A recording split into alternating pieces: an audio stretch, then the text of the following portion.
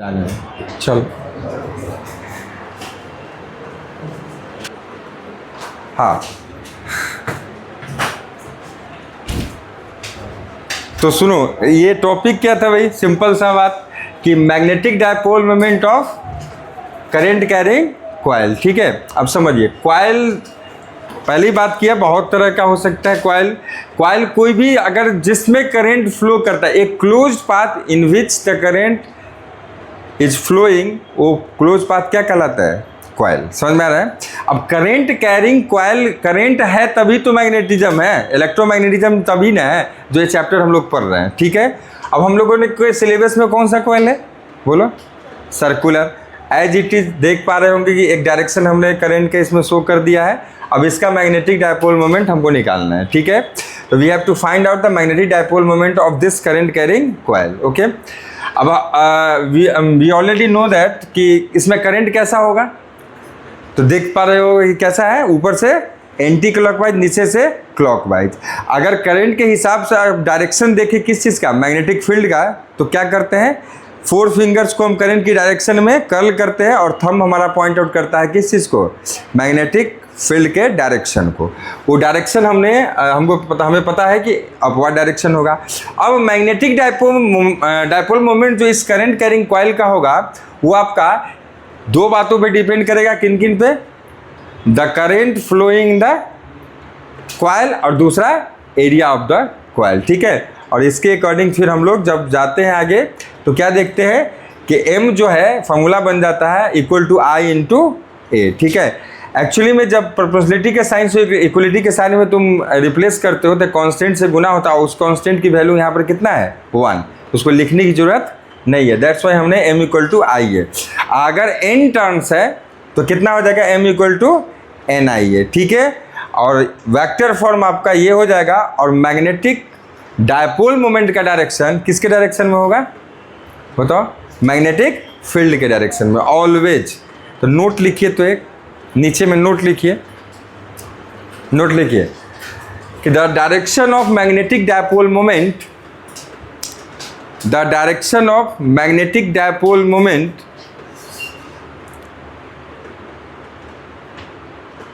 is always in the direction of magnetic field, is always in the direction of magnetic field।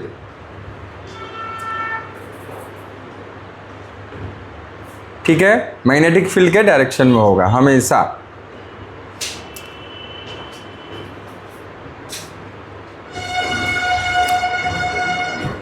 अच्छा, इधर देखिए, अब सुनना जरा, जिधर ध्यान से देखना है, इसमें मैग्नेटिक फील्ड किधर है? Direction upward. समझ में आ रहा है?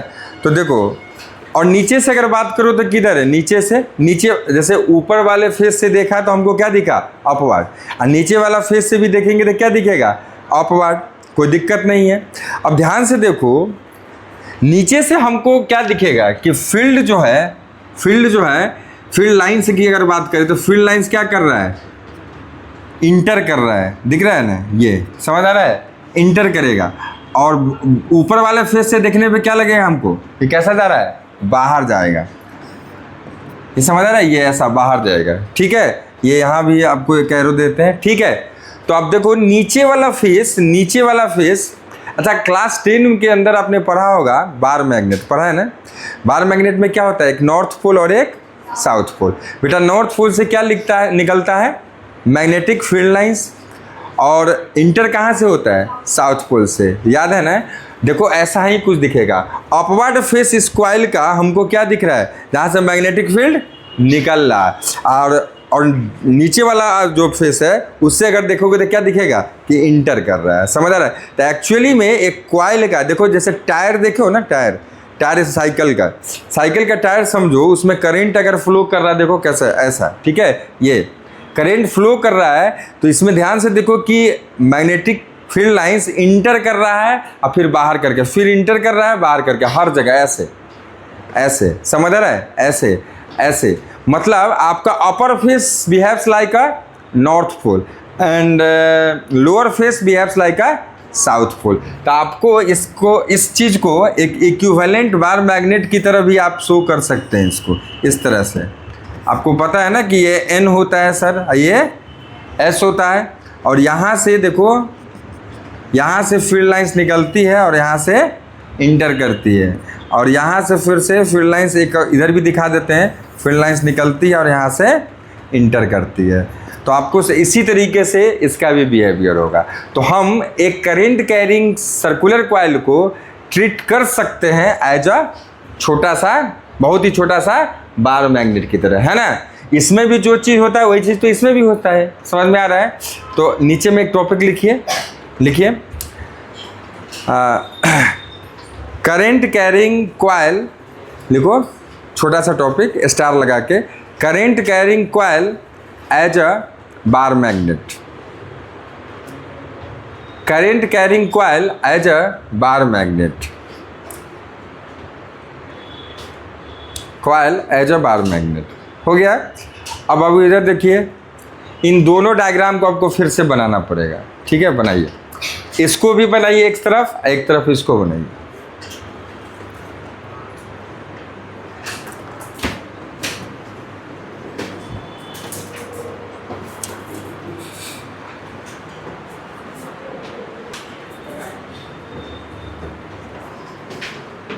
चलिए देखिए इधर, होप सो बना लिए आप। देखिए समझिए, जैसे ध्यान से समझना, ये चीज़ को अगर तुम पूरा अगर बनाओ ना तो फिर से ये आप ऐसा घूम के ऐसा आ जाएगा, समझ आ रहा है ना ये चीज़, ठीक है। तो ये और ये दोनों सेम ही तरह का बिहेव करेगा, समझ में आ रहा है। तो आपको बस जितना बोले तो उतना ही बनाना है, अभी हम आपको समझाने के लिए बनाए हैं, ठीक है। तो लिखिए, तो इसमें 2-4 लाइन लिखिए जल्दी से नीचे से। द नॉर्थ, ऐसा लिखो, नॉर्थ छोड़ दो, ऐसा लिखो, the upper face of the current carrying circular coil, the upper face of the current carrying circular coil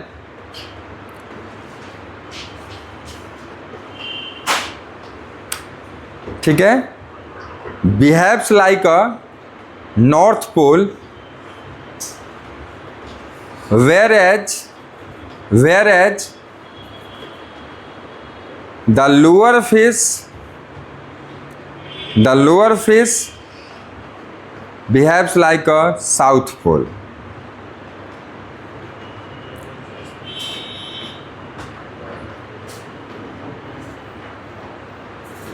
ठीक है। therefore, फुल स्टॉप के बाद therefore, इसलिए मतलब therefore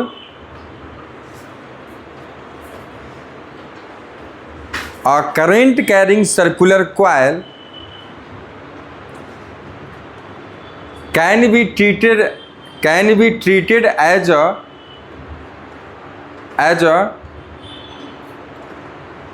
बार मैग्नेट। उसको ट्रीट किया जा सकता है उसी तरीके से, क्योंकि वैसा ही बिहेव करेगा ना,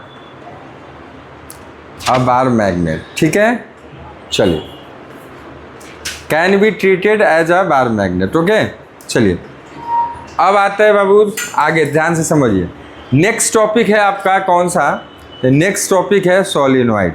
जो बोले थे हम लोगों ने, उससे पहले बहुत सारा चीज़ पढ़ लिया, तो अब उसको पढ़ेंगे। तो हेडिंग डालिए,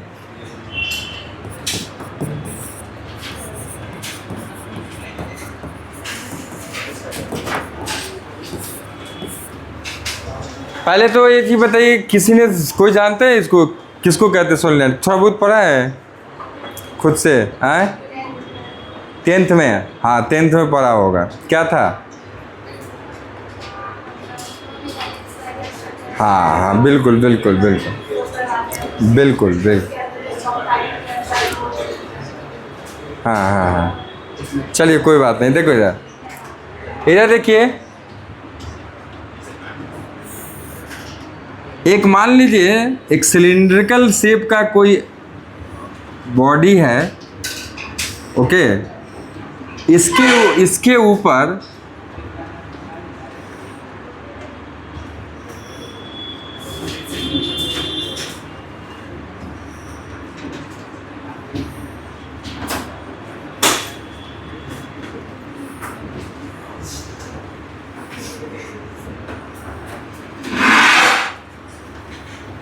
क्या हो गया, क्या गिर गया? अच्छा ठीक है, इधर देखिए, कुछ इस तरह का शेप का हेलिक्स फॉर्म अगर लपेटा हुआ है, समझ में आ रहा ना? जैसे मान लो एक, इधर देखो बाबू, एक सिलिंड्रिकल शेप का अगर मान लीजिए नॉन कंडक्टिंग मटेरियल है और इसके ऊपर आपने क्या कर दिया, एक मतलब वायर को लाके इसके ऊपर लपेट दो, ऐसे हेलिक्स फॉर्म में, हेलिक्स कहो या हेलिकल फॉर्म कहो, या आप कह सकते हो उसको, उसी को स्पाइरल फॉर्म, ठीक है? तो इस अरेंजमेंट को हम बोलते हैं सोलिनॉइड, ठीक है? जिसमें इसकी जो रेडियस होगी ना बेटा, ध्यान से समझना, ये रेडियस जो होगी, ये रेडियस, ये आर, और ये जो डिस्टेंस होती है इसको कहते हैं लेंथ ऑफ द सोलिनॉइड, ठीक है? तो आर जो होता है बहुत बहुत छोटा होता है, किससे? एल से। तो इसको जब हम कंपैरिजन करेंगे कि रेडियस बहुत छोटा हो लेंथ के कंपैरिजन में, तो हम कह सकते हैं कि ये किस लेंथ का सोलिनॉइड है? इनफाइनाइट लेंथ का। इनफाइनाइट वर्ड जो है ना, मतलब कैसा है? कंपेरेबल है। जैसे सपोज दैट, मान लीजिए एक छोटी सी लाल वाली चींटी देखे ना, छोटा सा, जो काटता है तो बहुत खुजली भी होता है और फूल, थोड़ा सा फूल भी जाता है, वो वाला चींटी को अगर इस बोर्ड पे छोड़ दे तो उसके लिए यही क्या है? इनफाइनाइट है। इस बोर्ड का सरफेस ही क्या है? इनफाइनाइट है। एक मेढक को नदी में छोड़ दो, उसके लिए वही समुंदर है। समझ आ रहा है? अब किसी रिक्शे वाले को भाई डेली का कमाई है मान लो 200-500 जो भी है, ठीक है, एक दिन में उसको मिल गया 5 लाख, तो उसके लिए क्या है? वो बहुत बड़ा अमाउंट है, उसके लिए वही इनफाइनाइट है। समझ रहे? लेकिन वही करोड़पति आदमी है और उससे 2 रुपया ले लो या 5 लाख ले लो, 5 लाख दे दो, उसको कोई फर्क नहीं पड़ता। तो इनफाइनाइट वर्ड हमेशा कैसा होता है? रिलेटिव होता है। समझ में आ रहा है? रिलेटिव होता है। तो यहाँ देखिए, रेडियस के कंपैरिजन में लेंथ बहुत बड़ा है, तो हम कहेंगे किस लेंथ का सोलिनॉइड है? इनफाइनाइट, ठीक है? अब और सोलिनॉइड डेफिनेशन किसका है? तो एक ऐसा अरेंजमेंट जिसमें एक नॉन कंडक्टिंग मटेरियल के ऊपर हेलिक्स फॉर्म में करंट कैरिंग कॉइल को वायर को लपेटा जाता है, ठीक है? इस अरेंजमेंट को आप क्या बोलते हो? सोलिनॉइड। समझ आया? तो पहले तो इसको बनाओ, फिर डेफिनेशन लिखाएंगे। बनाइए।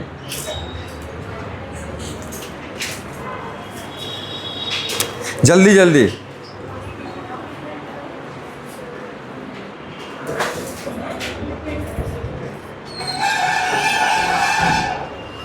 लिखिए लिखिए। नहीं नहीं, अभी जस्ट हम उसको अभी कर दीजिए। सब पढ़ता होता है कि नहीं? लिखिएगा बढ़िया से। देखिए, तो लिखिए तो सोलिनॉइड के डेफिनेशन बाबू लिखिए।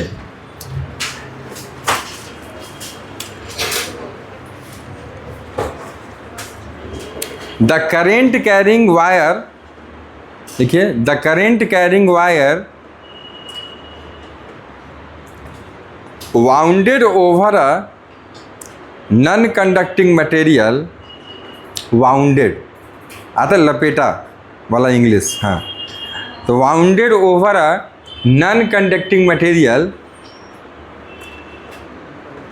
non-conducting material in helical form, in helical form, HELICAL, helical form, in helical form is known as the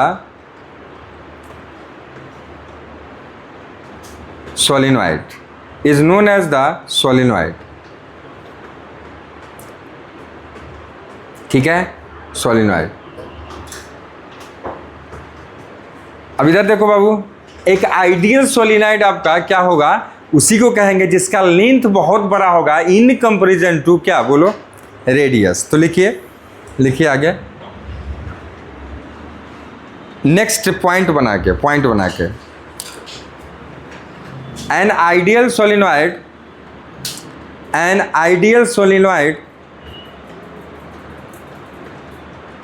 has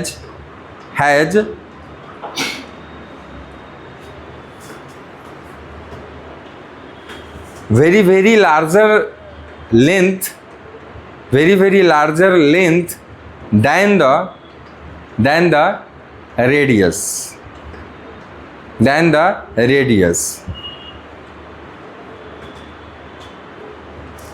ठीक है, ये तो हम समझ गए कि सोलेनॉइड क्या है, आइडियल सोलेनॉइड किसे कहते हैं, समझ गए। आगे बाबू क्या समझना है, ध्यान से समझो। आगे हमको निकालना जो हमारे सिलेबस में है कि एक सोलेनॉइड का मैग्नेटिक फील्ड कितना होगा। तो हेडिंग डालिए, इसके अंदर सब हेडिंग इसी टॉपिक के अंदर पढ़ना है। क्या कि magnetic field due to the infinite length solenoid, magnetic field due to the infinite length solenoid, infinite length solenoid. तो देखिए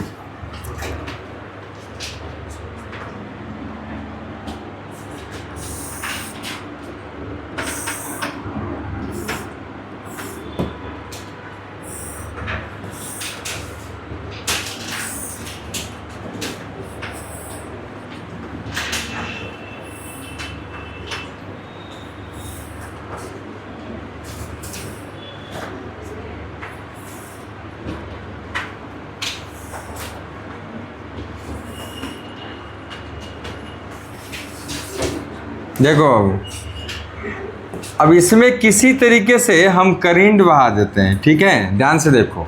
आपको पता है कि अगर करंट कैरिंग कॉइल होगा उसके चारों तरफ कहीं ना कहीं तो मैग्नेटिज्म होगा।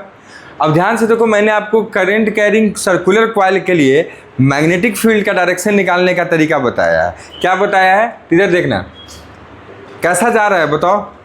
ये ऐसा जा रहा है, देखो इन साइड से, जैसे सिलेंडर इन साइड से लपेटा, ऐसा दिख रहा है ना, ऐसा करते करते करते करते आप फिर बाहर इस तरफ होके बाहर की तरफ, यही है ना। देखो अंदर से गया, अब बाहर होके इस तरफ करंट बहा। अब करंट कहाँ से इसमें आया, ये इस चैप्टर में नहीं पढ़ना है। करंट है तो क्या है वो पढ़ना है, समझ आ रहा है। तो अब ध्यान से देखो करंट की डायरेक्शन कैसा है, देखो ऐसा दिख रहा है, ऐसा। तो करंट की डायरेक्शन में इसको घुमाएंगे और ये बताएगा हमको मैग्नेटिक फील्ड का डायरेक्शन। देखो करंट की डायरेक्शन यही है ना, देखो हर जगह। अरे बाबा देखो इस ये अंदर गया बाहर आया, तब करंट की डायरेक्शन बाहर वाले में इस तरह है। अरे इसमें तो कोई दिक्कत नहीं है, फील करो, थोड़ा इमेजिनेशन करो, समझो कि ऐसा हो रहा है। देखो करंट ऐसा ऐसा है, समझ में आ रहा है। तो करंट की डायरेक्शन में इसको घुमाओ, करंट की डायरेक्शन ऐसा ही है ना, देखो ऐसा है। तो करंट की डायरेक्शन में घुमाया तो मैग्नेटिक फील्ड का डायरेक्शन कैसा होगा, ऐसा, इधर से इन इधर से आउट, समझ आ रहा है। तो अब देखो ये करंट की डायरेक्शन है जिसके वजह से मैग्नेटिक फील्ड कैसा होगा मैंने आपको बता दिया है। अब इसके लिए हमको मैग्नेटिक फील्ड का मैग्नीट्यूड निकालना है, डेरिवेशन करना है। कैसे करेंगे, याद है एम्पियर सर्किटल लॉ पढ़ाए थे, क्या था वो तो कॉपी में है, दिमाग में हम लोग कुछ नहीं रखते हैं। अब फिजिक्स में चीज़ें लिंक है, चीज़ें आएंगी तो हम पूछेंगे ही। किसी को याद है, एक बच्चा इज्जत बता लो क्लास का, हाँ Q into mu naught, Q कहाँ से आ गया यहाँ, म्यू नॉट इंटू आई, है ना। हाँ तो क्या था, B dot D L integration, close integration of B dot D L equal to mu naught into I, ठीक है बेटा। अब देखो उसी चीज़ को लगाएंगे तो एक्चुअली सोलेनॉइड जो है उसके लिए जो मैग्नेटिक फील्ड निकालते हैं वो एप्लीकेशन ऑफ क्या है, एम्पियर सर्किटल लॉ। जैसे गॉस लॉ का एप्लीकेशन कितना सारा था वैसे ही इसका है, ठीक है। तो अब देखो कैसे निकालोगे, मान लो ध्यान से समझना ज़रा, इसको अगर काट दो, इसको अगर थोड़ा सा क्या हम इमेजिन करा रहे हैं, देखना इसको अगर यहाँ से एक सेकंड के लिए मान लिए काट दिया गया तो आपको कैसा दिखेगा, देखना ज़रा। ये ऐसा था ना, करंट बाहर ऐसा था, काट दिया गया तो ऊपर में करंट कहाँ आ रहा था, बोलो ऊपर में कहाँ आ रहा था, बाहर की तरफ, नीचे में कहाँ जा रहा था, अंदर की तरफ। फिर से भी इमेजिन करो, जैसे इसको काट दिया तो ऊपर में करंट कहाँ आ रहा था, बाहर, हर एक कॉइल के लिए कहाँ आ रहा था, बाहर की तरफ, और नीचे में कहाँ जा रहा था, अंदर की तरफ। तो मान लीजिए काटा जो आपने, तो ध्यान से देखो अब ये कुछ इस तरह का बना, ध्यान से देखना, कुछ इस तरह से बना। इसमें आपको पता होना चाहिए कि सर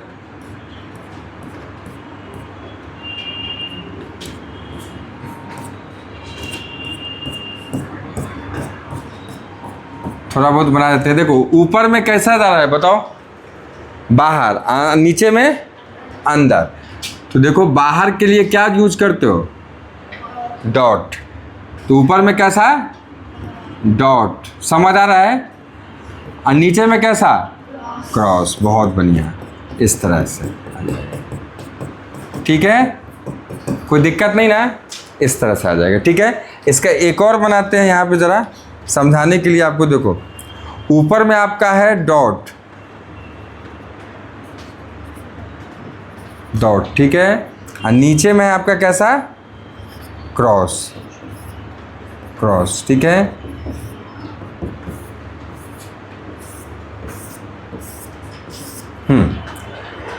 अब ज़रा देखना, कहीं पे करंट मान लो बाहर की तरफ निकल रहा है, बाहर की तरफ, तो याद करो करंट की डायरेक्शन में किसको बोले थे, पहला वाला।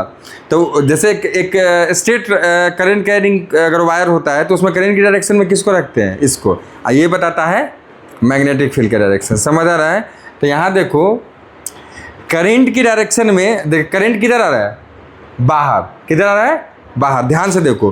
तो करंट की डायरेक्शन में इसको रोका, इसको घुमाओ, तो कैसा बनेगा, याद है ना, ऐसा ऐसा circular coil, circular magnetic field lines बनेंगे, ठीक है। तो देखो ये इस तरह से, तो ऐसा देखो, ऐसा बनेगा, और यहाँ पर भी इसका भी बनेगा, एक इसका भी बनेगा, एक नहीं बहुत सारे, एक एक दिखा रहा हूँ, ठीक है, ध्यान से देखो, इसका भी बनेगा, इसका भी बनेगा, ऐसे ही।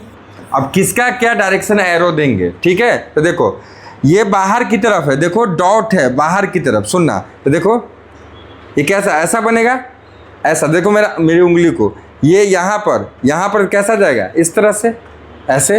तो ये कैसा, ये दिख गया, समझ रहा है। इसका बात करो तो इसका यहाँ पर कैसा जाएगा, नीचे, कैसा जाएगा, नीचे, देखते चलो, दिख रहा है। इसका उसी तरह से फिर ऊपर, इसका नीचे, इसका फिर से ऊपर, इसका नीचे, इसका फिर से ऊपर, इसका नीचे, समझ आ रहा है। फिर इसकी बात करो, इनसाइड है, देखो इनसाइड, इनसाइड है तो ऐसा, अब फिर इसको घुमाएंगे ऐसा, ये कैसा जाएगा, देखो नीचे। अब फिर देखो ये चीज़ के लिए ये कैसा जाएगा, तो ऊपर, फिर से देखो ये जाएगा यहाँ पर कैसा, तो नीचे, ये ऊपर, नीचे, ऊपर, नीचे, फिर ऊपर, समझ आया। ये आप ध्यान से देखो, एक ही पॉइंट पे, एक ही पोजीशन पे एक फील्ड कैसा जा रहा है, ऊपर, एक जगह कैसा जा रहा है, नीचे। यहाँ देखो एक जा रहा है नीचे, एक जा रहा है ऊपर। एक पॉइंट पे दो वेक्टर अपोजिट डायरेक्शन में हो, magnetic field vector quantity opposite direction में हो, तो क्या हो करेगा, ये बताओ, एक दूसरे को कैंसिल, क्या करेंगे, कैंसिल। जैसे देखिए यहाँ पे इसका फील्ड कैसा जा रहा है, ऊपर की तरफ, इसका फील्ड की वजह से इसी पॉइंट पे किधर आ रहा है, नीचे की तरफ। ऐसे ही नीचे में देखो, ये नीचे की तरफ और ये ऊपर की तरफ, एक दूसरे को क्या करते हैं, कैंसल। इसीलिए सोलिनॉइड के, देखो यही ना था, ऊपर वाला पार्ट ये था, नीचे वाला पार्ट ये था, देख लेना। तो सोलिनॉइड के बाहर में इसीलिए फील्ड क्या हो जाता है, लगभग में जीरो, क्योंकि एक दूसरे को क्या करते हैं, कैंसल। और सोलिनॉइड का बाहर इधर भी हो गया, इधर भी। जैसे देखो ये लपेटा मार के सोलिनॉइड बनाए हुए, इसके कॉइल जहाँ तक है उसके ऊपर में सारा एरिया क्या है, बाहर। तो बाहर में फील्ड क्या हो जाता है, magnetic field tends to zero, ठीक है। लगभग में, पूरी तरीके से नहीं, थोड़ी बहुत होती है, तो लगभग जीरो ही होता है। सिर्फ और सिर्फ फील्ड किधर होता है, इनसाइड में। देखो इनसाइड की कहानी, इनसाइड में तुम देख पा रहे हो, इधर देखना, ये किधर है, बोलो, बाहर की तरफ। ये करंट किधर जा रहा है, बाहर की तरफ। बताओ इसके वजह से इनसाइड में, यहाँ पर अगर बात करें तो इस तरफ, ये देखो इसके उसके बगल वाले, फिर ये भी किधर है, बाहर की तरफ। इसका भी किधर होगा, इस तरफ, बगल वाले का भी इस तरफ, उसके बगल वाला का भी, हर कॉइल का इस जगह पे किधर होगा, इस एक तरफ। तो सारा अगर फील्ड, मैग्नेटिक फील्ड अगर वेक्टर जो है सब एक ही डायरेक्शन में होते हैं तो क्या होते हैं, जुड़ जाते हैं। इसीलिए इन साइड में सारे जुड़ जाते हैं और इन साइड में स्ट्रॉन्ग मैग्नेटिक फील्ड होता है। बट आउटर में मैग्नेटिक फील्ड क्या होता है, टेंड्स टू जीरो। समझ आ गया। तो आप पहले तो आप कुछ मत बनाओ, अभी देख ही लो। चलो तो हम नोट्स बनवा देंगे। इधर देखिए, तो आपका इन साइड में मैग्नेटिक फील्ड रहता है, आउटसाइड में क्या रहता है, जीरो। अब हम सर एम्पियर सर्किट लगाएंगे, कैसे लगाएंगे, तो देखो इन साइड में मैंने बात कर दिया कि इन साइड में मैग्नेटिक फील्ड रहता है, तो कुछ इस तरह से। अब सर स्ट्रेट लाइन कैसे दिखा रहे हैं, अरे बोला ना मैं कि हर एक का देखो जुड़ते जाता है, तो फील्ड लाइंस कैसा, फील्ड लाइन होंगे, मैग्नेटिक फील्ड होगा, तो उसको कैसे शो आउट करते हैं, फील्ड मैग्नेटिक फील्ड लाइंस से। तो हम दिखा दिए इन साइड में, आउटसाइड में लगभग क्या है 0, ऊपर भी और नीचे भी। इसी चीज़ को अगर काट दिया तो कुछ ऐसा बनेगा, उसके अंदर में मैग्नेटिक फील्ड है, बाहर में नहीं है, टेंड्स टू 0। अब हमें लगाना है बाबू एम्पियर्स सर्किटल बोलो लॉ। तो उसके लिए हमको क्या चाहिए बोलो, क्लोज्ड लूप। उसके लिए हमको चाहिए क्लोज्ड लूप। तो क्लोज्ड लूप इसमें लिया जाता है आपका रेक्टेंगल शेप का, देखो ऐसा, ठीक है, ऐसा रेक्टेंगल शेप का, जिसमें आपका या स्क्वायर शेप भी कह सकते हो, जैसा लेना चाहो ले लो, लेकिन यही लिया जाएगा। क्लोज बोले ना, क्लोज लूप सब है, जैसे रेक्टेंगल, आपका स्क्वायर, ट्रायंगल, सब हम ऐसा लेते हैं जिसपे हमको B.dl करना आसान होगा, इसलिए रेक्टेंगल ले रहे हैं। सर्कल भी ले सकते थे, सर्कल भी क्या है, क्लोज लूप है। ट्रायंगल भी क्या है, क्लोज लूप है। समझ आ रहा है? और भी इरेगुलर शेप का ऐसे ऐसे लेके वो भी क्लोज लूप ले सकते थे, लेकिन हम ऐसा ले रहे हैं जिसमें B.dl हमको लगाना क्या हो जाए, आसान, इसलिए हम लोग ले रहे हैं रेक्टेंगल। ठीक है, या तो रेक्टेंगल कहो या स्क्वायर भी कह सकते हो, तो स्क्वायर ही कह लो। स्क्वायर ले लेते हैं ऑफ लेंथ L, कितना लेंथ का, L लेंथ का। तब देखो ध्यान से, मान लो ये L लेंथ का, L दोनों तरफ सब तरफ हम लिख देते हैं L L L। चलो क्लोज याद करो, एम्पियर सर्किटल कैसे लगाते थे, क्लोज लूप में DL चलते थे, मतलब किसी न किसी पाथ को फॉलो करते थे। ठीक है, तो देखो इस जगह पे ध्यान से देखना, इस जगह पे हम क्या कर रहे हैं, इस नाम दे दो ना PQRS, प्लीज़ देखते चलना। P से Q चल रहे हैं तो DL हम इस तरफ से चल रहे हैं, देखो ऐसा चल रहे हैं, तो DL का डायरेक्शन ये हो जाएगा, जैसा चल रहा है वो DL का डायरेक्शन हो जाएगा। और ध्यान से देखो मैग्नेटिक फील्ड भी क्या है उसमें, इसी डायरेक्शन में, देखो एरो से दिखाए हुए हैं, मैग्नेटिक फील्ड भी उसमें कैसा है, इसी डायरेक्शन में है। ठीक है, फिर इसमें देखो, इसमें हम चल रहे हैं, यहाँ देखो ऐसे चल रहे हैं, तो यहाँ अब क्या ऐसे चलेंगे, नहीं, क्लोज लूप में सेम एक ही बार चलना जो शुरू किया हो तो ऐसे ही चलते जाएंगे। तो फिर देखो इस जगह पे ऐसा DL चलेंगे, ठीक है, यहाँ पे ऐसा चलेंगे, यहाँ शो कर दिए, और यहाँ पहुँच गए, फिर इसमें ऐसा चलेंगे, तुम्हें पता है, समझ रहा है, और फिर जहाँ से चले थे वहाँ पहुँच जाएंगे। ठीक है, तो ध्यान से देखना, एक और बात मान लेते हैं, ध्यान से देखो कि number of turns per unit length इसका कितना है, N, नहीं समझे, मान लो टोटल लेंथ अगर इसका कितना है L, ठीक है, L, कैपिटल L ले लो, स्मॉल L ले लो, जो लेना है ले लो, मान लो कैपिटल L ले लेते हैं। देखो इधर टोटल लेंथ है L, तो टोटल लेंथ में अगर N टर्न्स है, कैपिटल N, तो पर यूनिट लेंथ में मान लेते हैं, तो क्या हो जाएगा, कैपिटल N अपॉन में L equal to small n। समझ आ रहा है? तो देखो स्मॉल n क्या है, इधर लिख रहा है, हम नोट्स बनवाएंगे, पहले सिर्फ देखते चलो। n इक्वल टू क्या लिखेंगे, total number of turns per unit length, जो उसका लेंथ है, मतलब n टर्न्स कितने लेंथ में है, L में, तो पर यूनिट लेंथ में कितना, n/L, मतलब n ले लेते हैं, ये इसको स्मॉल n मान लेते हैं, तो जूम कर लिए कि n स्मॉल n क्या है, number of turns per unit length. समझ आ गया? अब चलो यहाँ लगाना है हमें एम्पियर्स सर्किटल लॉ। तो देखो according to Ampere's circuital law लगाइए। बताओ पहले P से Q लगाएंगे, P से Q लगाएंगे, तो लगाओ P से Q। P से Q के लिए हम अपर लिमिट लोअर लिमिट इसमें दे देते हैं, समझ आ रहा है ना। P से Q क्या चल रहे हो, P से Q चल रहे हो, कितना क्या चलेंगे, B.dl, यही ना था, B.dl। अब आगे बढ़ो, पूरे क्लोज लूप पे लगाना है, फिर तुमको कहाँ से कहाँ जाना है, Q से R प्लस डालो, Q से R B. फिर से DL प्लस आगे बोलो कितना होगा, R से S, तो बेटा आर से S B dot D L. आगे बोलो फिर से, एस से पी, क्या जहाँ से चले थे वहाँ पहुँच गए? हाँ, एस से पी।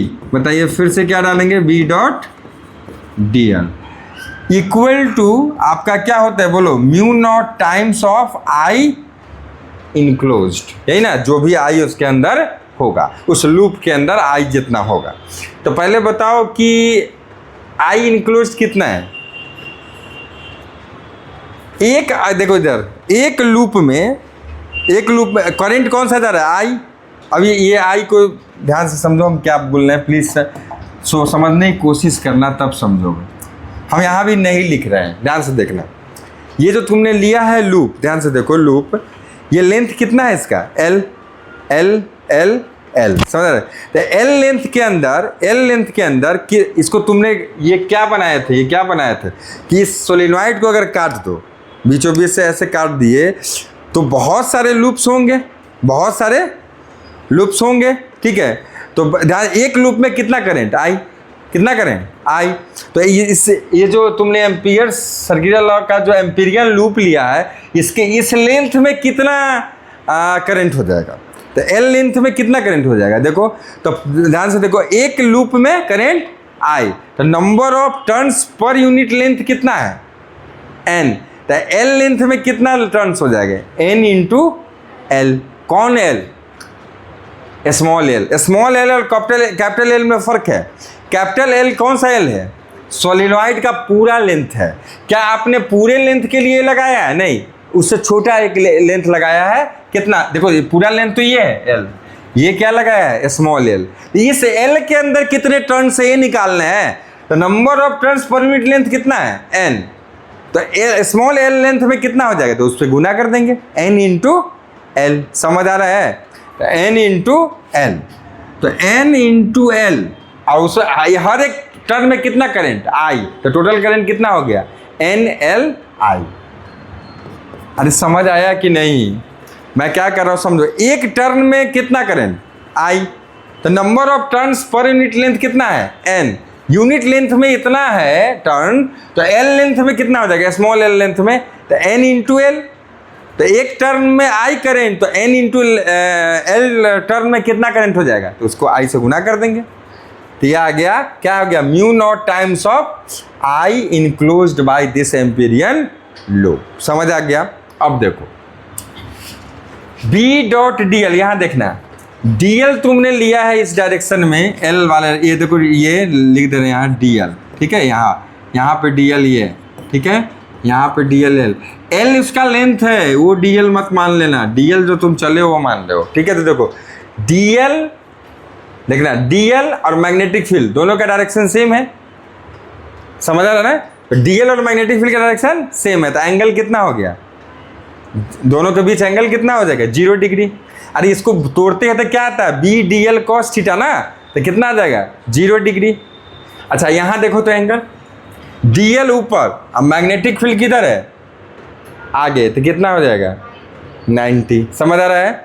इधर देखो, फिर इसमें देखो, डी एल नीचे है, मैग्नेटिक फील्ड इधर, तो अभी भी एंगल कितना है? ये नीचे वाला एंगल। यहाँ पर कैसा था? बी इधर, डी एल ऊपर, तो ये वाला एंगल 90 तो है। अच्छा ऊपर में बताओ मैग्नेटिक फील्ड क्या है? Tends to 0। क्या ऊपर में मैग्नेटिक फील्ड है? नहीं, वो तो है ही, ऊपर में मैग्नेटिक फील्ड ही नहीं है, तो बी ही 0 हो गया। समझ आ गया? इसको नेक्स्ट स्टेप क्या लिखोगे? देखो P से Q के अंदर बताओ, अगर तोड़ोगे तुम P से Q के अंदर जाने में, तो क्या लिखोगे? बी डी एल कॉस 0, बता चुका हूं, ठीक है? प्लस इसको तोड़ोगे तो क्या लिखोगे? बी डी एल कॉस 90, कहाँ? Q से R। आगे बी डी एल, अच्छा बी तो ऊपर में बी 0, तो उसको लेना कैसे है? देखो ये 0 डी एल कॉस थीटा, वैसे देखो तो बी ही नहीं तो थीटा क्या लिखेंगे, ठीक है? आगे प्लस नेक्स्ट क्या है? बी डी एल कॉस फिर से 90 इक्वल टू क्या हो गया? Mu naught times N L I. अब बताओ cos 90 का वैल्यू, ये टर्म जीरो, ये तो ये जीरो से ही हो गया सारा टर्म जीरो, ये फिर से जीरो, सिर्फ बचेगा क्या B D L, cos zero का वैल्यू 1, बी डी एल। अब बताओ बी मैग्नेटिक फील्ड तो क्या है, कांस्टेंट कहाँ आएगा बाहर, इंटीग्रेशन किसका होगा डी एल का, डी एल का इंटीग्रेशन कहाँ से कहाँ करना है, पी से क्यू, पी से क्यू के लिए D L D L D L D L D L छोटू छोटू पूरा जोड़ोगे तो क्या मिल जाएगा एल, क्या मिल जाएगा एल। तो थोड़ा सा पहले देख लो फिर नोट्स बनवा देंगे आपको, इधर देखिए। तो अब आप खुद समझ चुके हैं कि क्या, तो देखिए ये आ गया आपका B बाहर, क्लोज इंटीग्रेशन dl कहाँ से कहाँ P से Q, ठीक है। अब बाकी सारे तीनों जो हैं आपके जीरो आ जाएंगे, ठीक है, equal to mu naught N L I, ठीक है। तो अब यहाँ से देखो B आपको पता है ये L हो जाएगा, बात कर चुका हूँ, equal to mu naught N L I, L से L कट गया, तो आपका B का मैग्नेटिक फील्ड कितना आ गया, mu naught N mu naught I, लो भाई आ गया ये मैग्नेटिक फील्ड, ठीक है। किसी को कोई दिक्कत नहीं ना। तो अब यहाँ से बाबू इस चीज़ को हम लोग नोट्स बना लेंगे, ठीक है, आप बना देंगे, बनवा देते हैं आपको।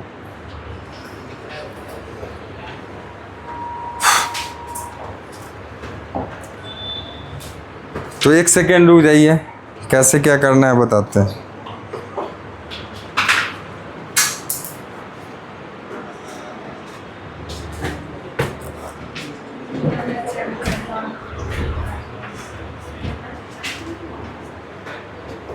ऊपर कर दें,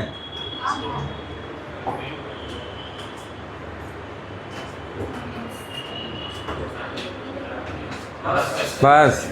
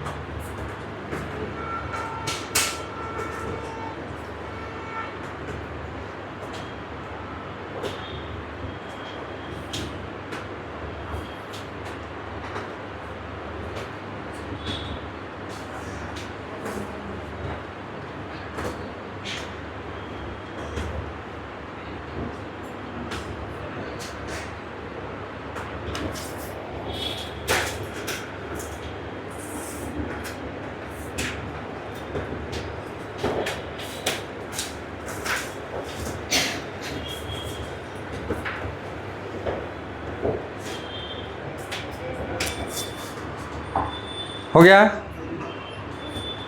एक सेकेंड देख लीजिए, फिर बोर्ड पे ही रहेगा, उतार लीजिएगा। इधर देखिए, मेरी बात सुन लीजिए। ये मैग्नेटिक फील्ड कहाँ के लिए बाबू, ध्यान से देखो, ये मैग्नेटिक फील्ड आपका, ये magnetic field inside the solenoid के लिए है। क्या आउटसाइड में के आउटसाइड ऑफ द सोलेनॉइड का फील्ड है क्या, नहीं, टेंड्स टू जीरो। ये जो मैग्नीट्यूड आया है, मैंने क्या बोला था, इनसाइड में क्या है लिखाए हैं, कांस्टेंट वैल्यू है, जो जिसका स्ट्रेंथ आपको आया है क्या, म्यू नॉट एन आई, या N times of mu naught I. समझ में आया, ये वैल्यू है, आपको याद रखना है ये बात, ठीक है। ये आपका मैग्नीट्यूड है इनसाइड में किस मैग्नेटिक फील्ड का किसी भी पॉइंट पर, ठीक है।